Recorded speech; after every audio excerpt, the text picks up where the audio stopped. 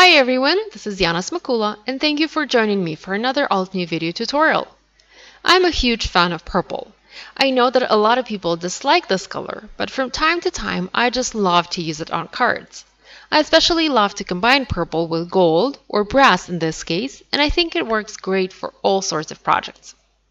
Today I'm going to be doing a little bit of watercolor using watercolor pencils, some heat embossing, and some die cutting. Let's take a quick look at the supplies I'll be using. First up, I have a Bejeweled stamp set from Altenew with large, gorgeous butterflies, and I even have one right here. It's my little test butterfly. I'm also going to use matching dies to cut my images out, or my image out. Some watercolor pencils from Faber-Castell. I have 2 shades of purple and 2 shades of aqua, a light and a dark color for each. I've used these pencils before on another video I did for Altenew where I colored peonies in pink and aqua. You can check it out on Altenew's YouTube channel if you haven't seen it before. I also have a piece of watercolor paper, some brass embossing powder from Hero Arts. I actually decided it was finally time to step away from gold and try something new, so this is why I'm using brass today.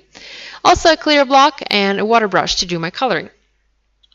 I also have this beautiful vintage type die cut or trim from Altenew. It matches that brass embossing powder perfectly, or that embossing powder actually matches the color of this die cut perfectly.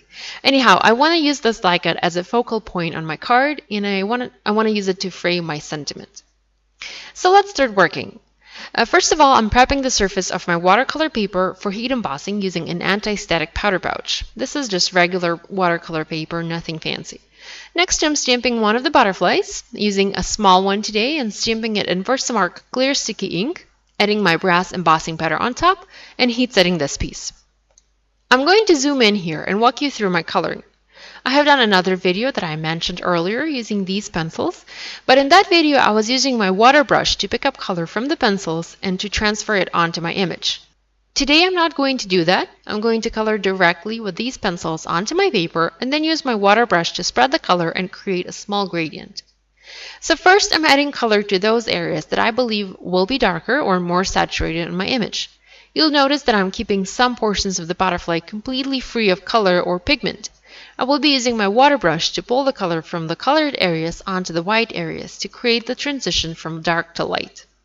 So after I colored this butterfly completely, I felt like my colors weren't vibrant enough, so I decided I needed to add more pigment onto this image. To do so, I added a drop of water onto my clear block, lightly touched the water with the tip of my pencil to wet it, but to wet it only slightly. You can see there's just a teeny tiny amount of water there on the tip, and brought it onto my paper to my image. By making my pencil wet, I made it easier for the pigment to transfer onto the paper, and therefore I was able to transfer more pigment and make my butterfly more saturated. I did go back with my water brush and spread that pigment around a little bit to create a transition from light to dark. So a wet watercolor pencil allows you to lay much more pigment onto your project. Sometimes you need less pigment, so you use a dry pencil. But if you need more pigment, you can wet the tip of your pencil a little bit and add much more pigment to your image. After I finished coloring my butterfly, and by the way, here you can see the 2 images side by side, my practice butterfly where I used a dry pencil and the butterfly I just finished where I used a wet pencil to add color. You can tell how big the difference in color is. So I've used a matching die and die cut this image out on my Grand Caliber machine from Spellbinders. Next, I created a card base out of purple cardstock. It's an A2 top folding card base. Because this was going to be a 1-layer card, I didn't want to heat emboss my sentiment directly onto the card base. I knew it would warp a little bit, so instead I decided I would add a hidden layer of cardstock.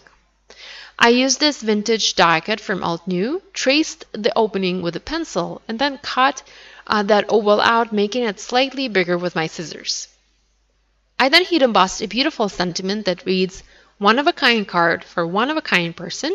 I used the same brass embossing powder and adhered that oval behind the vintage die cut using glue.